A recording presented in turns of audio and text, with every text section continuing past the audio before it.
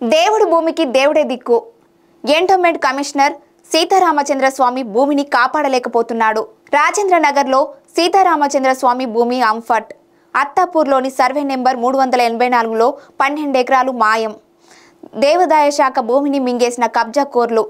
P Gopal Reddy, K Vijayender Reddy ఇష్టారాధ్యం. రూపాయలు కోట్లు విలువ చేసే స్థలంలో అక్రమ నిర్మాణాలు. ట్రిబ్యునల్ ఉత్తర్వులు ఉల్లంఘిస్తూ నిర్మాణ పనులు. ఎండోమెంట్ అధికారులు అడ్డుకునేందుకు యత్నిస్తే ప్రైవేట్ సైన్యంతో అడ్డగింత. ఎంపీ కొండ విశ్వేశ్వర రెడ్డి గారు జర చూడండి, దేవుడి భూమిని కాపాడండి సార్ అంటున్న స్థానికులు. తెలంగాణ రాష్ట్రంలో అన్నం తినే వారికన్నా భూములను మింగేవారు ఎక్కువైపోయారు. ప్రభుత్వ అసైన్ పేదలు అమాయకుల భూములను కొట్టేసిన వారు చాలా మందే ఉన్నారు. కానీ ఇవన్నీ అయిపోయినట్టుంది. ఇప్పుడు దేవుళ్ళ జాగలపై పడ్డారు. వీళ్లకు ఏం పోయే కాలం? దేవుడి భూమినే కబ్జా చేస్తున్నారు. మీ నోట్లో పుట్ట అంటూ తిట్ల పురాణం అందుకుంటున్నారు. ప్రజలు అత్తలేని కోడలు ఉత్తమరాలు, కోడలు లేని అత్త గుణవంతురాలన్నట్టుగా దేవాదాయ శాఖ అధికారులు పట్టింపు లేకపోవడంతో దేవుడి భూములు మాయమవుతున్నాయి. రాజధానిలో భూముల ధరలకు రెక్కలు రావడంతో కబ్జాకోరులకు ఆశలు పుట్టుకొస్తున్నాయి.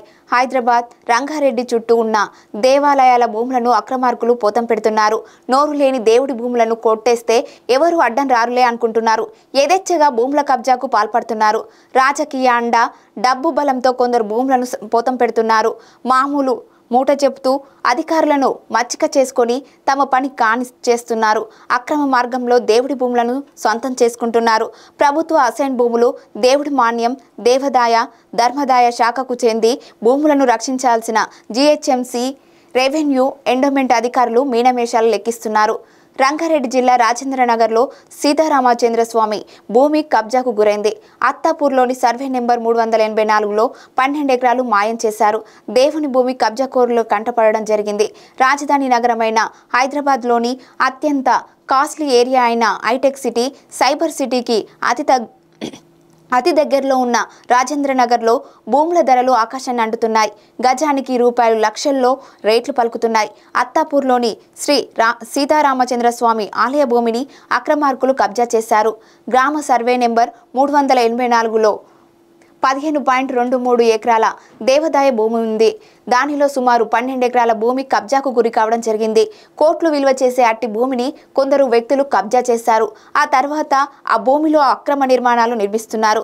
దేవాదాయ శాఖ భూమిలో నిర్మాణాలకు జిహెచ్ఎంసి అధికారులు ఎలా అనుమతులు ఇచ్చారు అనేది ప్రశ్నార్థకంగా మారింది. శ్రీ సీతారామచంద్ర స్వామికి చెందిన భూమిని కబ్జా చేసి మరీ కట్టడాలు నిర్మిస్తుంటే చోద్యం చూస్తుండడం వెనుక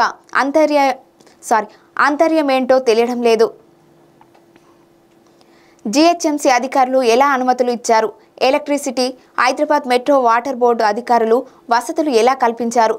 దేవుడి భూమిని దర్జాగా కొట్టేసి కట్టడాలు చేపడుతుంటే ఎండోమెంట్ నిద్రమత్తులో ఉండడం గమనార్హం. సుమారు 1000 గజాలను కబ్జా చేసిన SM గార్డెన్ యజమాని ఆ స్థలంలో యథేచ్ఛగా నిర్మాణాలు కొనసాగిస్తున్నారు. అయినా అధికారులెవ్వరూ అడ్డుకునే పరిస్థితి లేదు. ఎండోమెంట్ కమిషనర్ దీనిపై మౌనంగా ఉండడం వెనుక అనుమానాలు తలెత్తుతున్నాయి. ఎలాంటి నిర్మాణాలు చేపట్టవద్దని ఎండోమెంట్ ట్రిబ్యునల్ మధ్యంతర ఉత్తర్వులు జారీ చేశారు. ట్రిబ్యునల్ ఉత్తర్వులు ఉల్లంఘిస్తే నిర్మాణ పనులు చేపడుతున్నారు. ఎండోమెంట్ అధికారులు అడ్డుకునేందుకు యత్నిస్తే ప్రైవేట్ సైన్యంతో అడ్డగిస్తున్నారు. సీతారామచంద్ర స్వామి ఆలయానికి చెందిన సుమారు 12 ఎకరాల భూమి కబ్జాకు గురైతే దేవాదాయ శాఖ కమిషనర్ ఏం చేస్తున్నాడో అర్థం కావడం లేదు. అసలు దేవాదాయ భూమికి జిహెచ్ఎంసి అధికారులు అనుమతులు ఎలా ఇచ్చారు అని స్థానికులు ప్రశ్నిస్తున్నారు. ఒకవేళ జిహెచ్ఎంసి అధికారులు అనుమతులు ఇవ్వకుంటే నిర్మాణాలు చేపడుతుంటే ఏం చేస్తున్నారు? కోట్లు విలువ చేసే దేవాదాయ శాఖ భూమి అక్రమార్కుల చెరలో పడితే ఎవరు ఎందుకు మాట్లాడడం లేదని నిలదీస్తున్నారు. శ్రీ సీతారామచంద్ర స్వామి భూమిలో అక్రమ నిర్మాణాలు తొలగించి విధుల పట్ల నిర్లక్ష్యం వహించిన అధికారులపై శాఖపరమైన చర్యలు తీసుకొని దేవుడి మాన్యాన్ని కబ్జా చేసిన కబ్జాదారులపై చట్టరీత్యా చర్యలు తీసుకోవాలని స్థానికులు డిమాండ్ చేస్తున్నారు.